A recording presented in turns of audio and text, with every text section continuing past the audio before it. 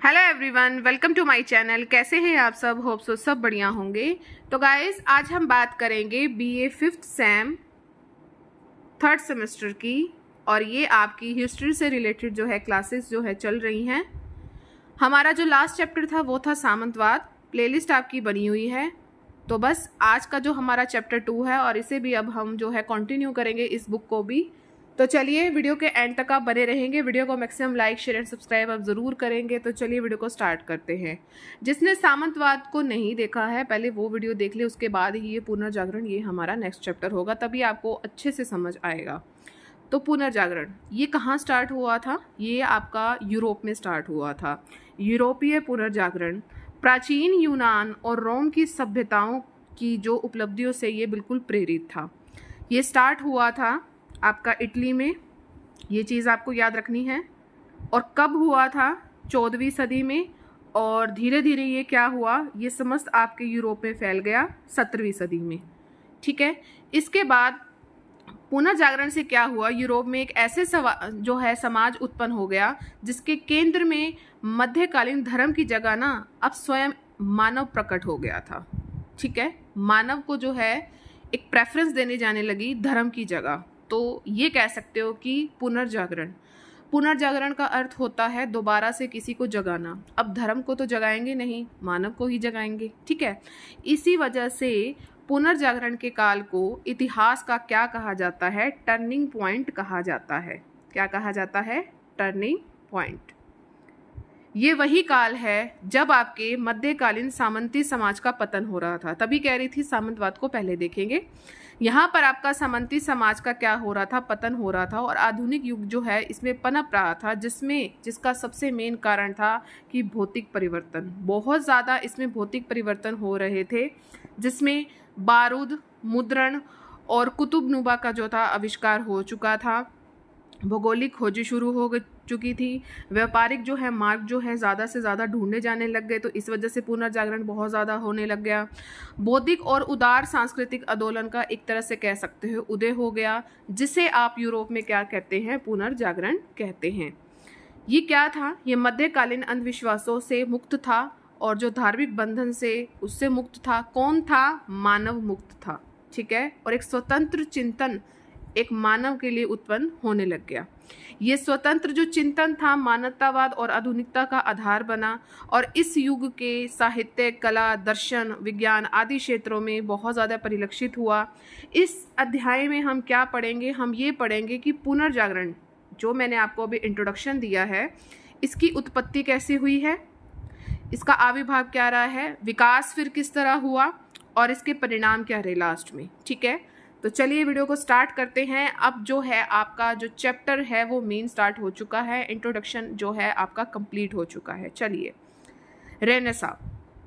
Renaissance जिसका हिंदी में अर्थ है पुनर्जागरण।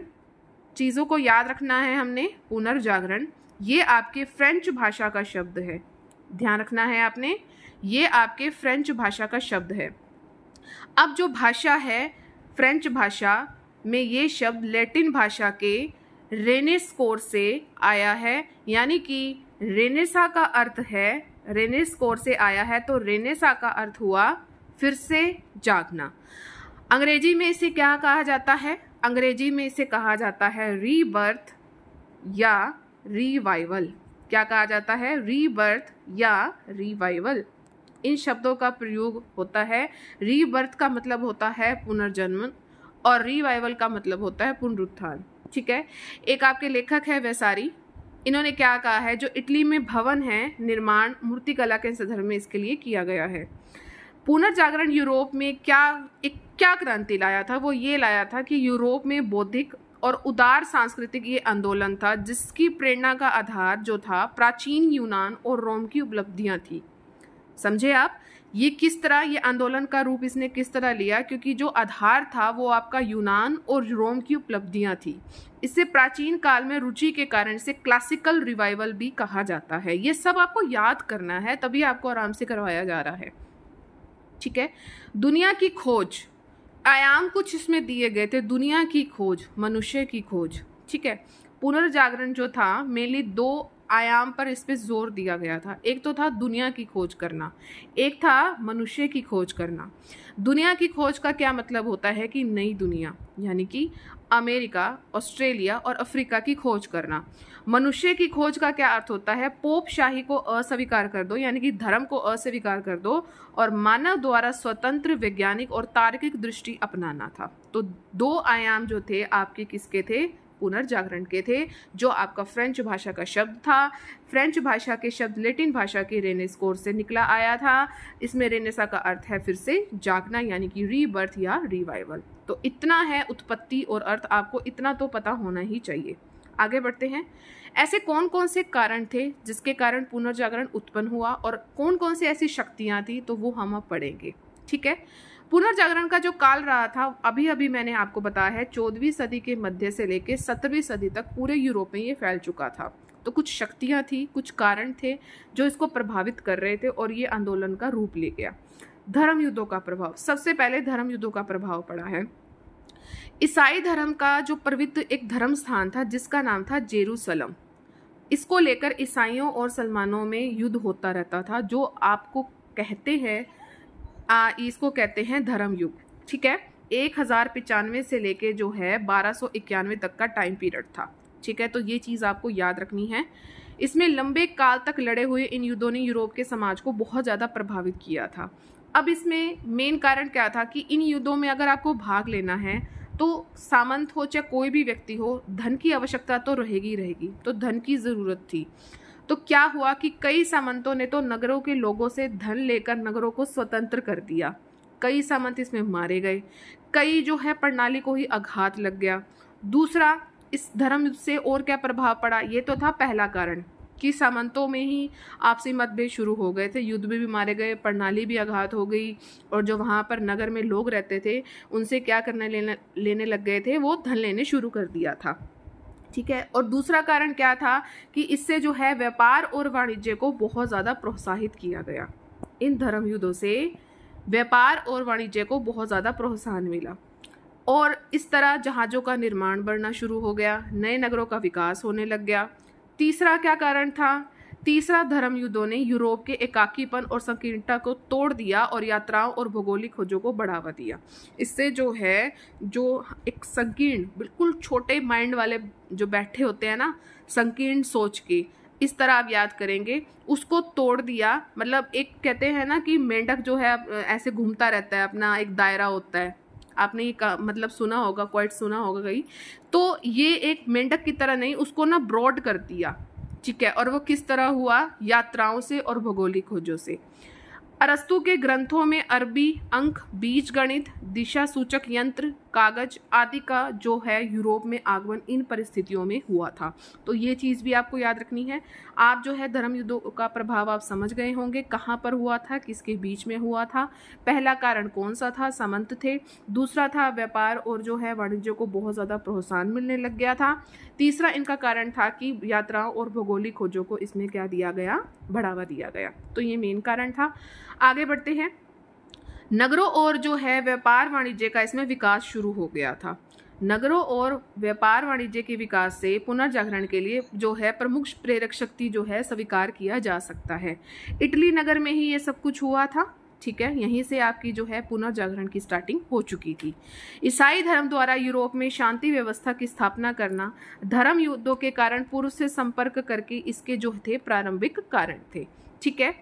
इटली में वेनिस, जेनेवा, फ्लोरेंस, मिलान जैसे नगरों का उदय हुआ। ये आपको चीज़ याद रखनी है, कौन कौन से नगरों का विकास हुआ इटली देश में। तो आपका हुआ जेनेवा, फ्लोरेंस, मिलान। ठीक है। तो ये वेनिस, इनका आपने इन नगरों का आपको नाम याद होना चाहिए। और जो भौगोलिक खोजी थी, इन्होंने क्या काम किया, इन्होंने व्यापार और जो आपका वाणिज्य था उसको अप्रत्याशित रूप से बहुत ज़्यादा बढ़ा दिया था। तो नगरों और कह सकते हो व्यापार वाणिज्य का विकास इस तरह हुआ। ठीक है। आगे बढ़ते हैं हम।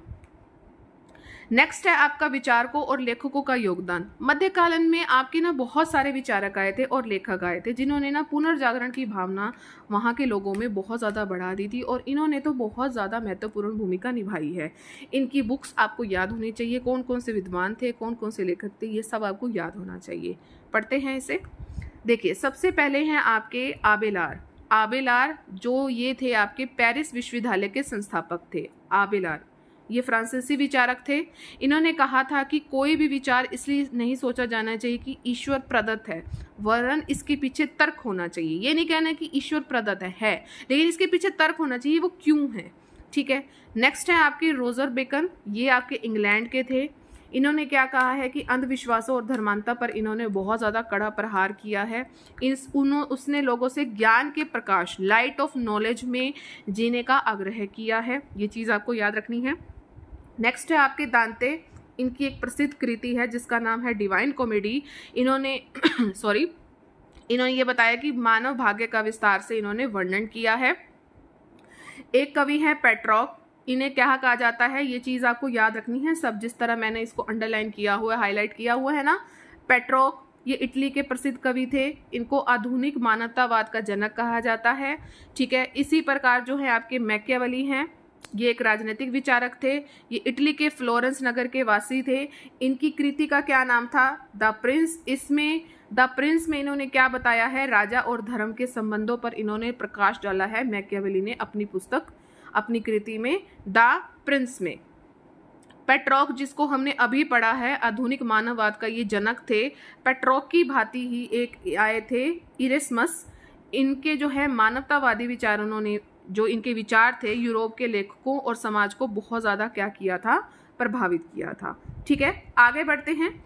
नेक्स्ट है जो है कारण है वो है कागज और मुद्रण कला। कागज और मुद्रण कला के बिना तो आप पुनर्जागरण के विकास की कल्पना भी नहीं कर सकते। ठीक है। सबसे पहले जहां इस चीज का प्रयोग किया गया था वो हुआ था चीन में। यूरोप वासियों को इनकी जानकारी चीन व अरब देशों के माध्यम से हुई थी। आपने ये बात कहीं ना कहीं सुनी भी होगी कि सबसे पहले जो कागज बना था वो चीन में बना था, तो ये वही बात है। फिर भी यूरोप में मुद्रण का स्वतंत्र जो है विकास हुआ। सर्वप्रथम आपको याद रखना है जर्मनी के गुटेनबर्ग ने 1453 में एक टाइप मशीन जो थी बनाई थी। ये चीज आपको याद रखनी है। इसके बाद कैक्सटन ने 1477, यहां बात हो रही है 1453 की, 1470, यहां पर एक छापाखाना खुल चुका है।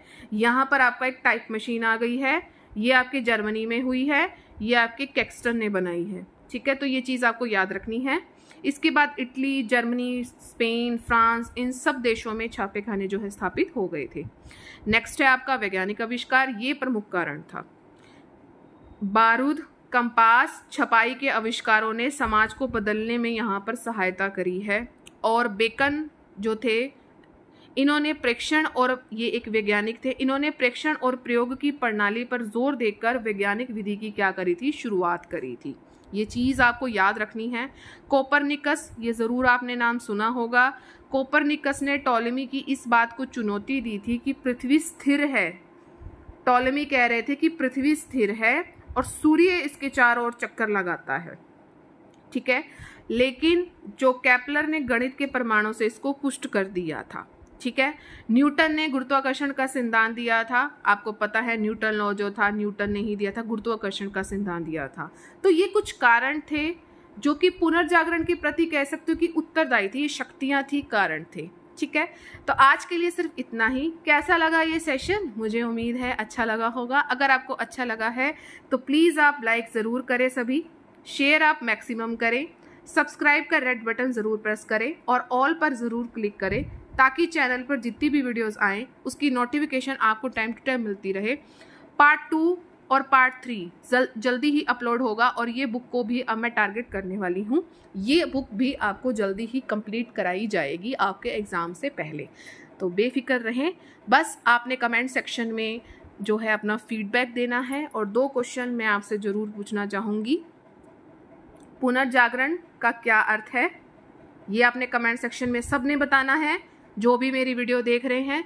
पुनर्जागरण का क्या अर्थ होता है, और दांते की एक कृति थी मैंने बताई है इसमें, तो वो आपने सबने नाम लिखना है उसका क्या थी, क्योंकि ये बहुत ज़्यादा इंपॉर्टेंट है। ठीक है। चलिए मिलेंगे अपने नेक्स्ट सेशन में। Till then thank you so much for watching.